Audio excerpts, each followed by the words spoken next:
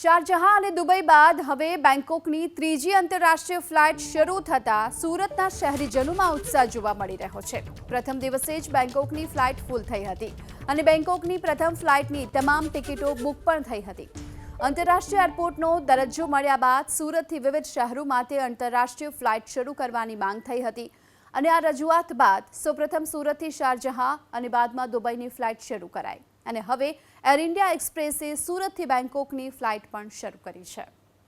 Sharjah અને Dubai બાદ હવે બેંકોકની ત્રીજી આંતરરાષ્ટ્રીય ફ્લાઇટ શરૂ થતાં સુરતના શહેરીજનોમાં ઉત્સાહ જોવા મળી રહ્યો છે। પ્રથમ દિવસે જ બેંકોકની ફ્લાઇટ ફૂલ થઈ હતી અને બેંકોકની પ્રથમ ફ્લાઇટની તમામ ટિકિટો બુક પણ થઈ હતી।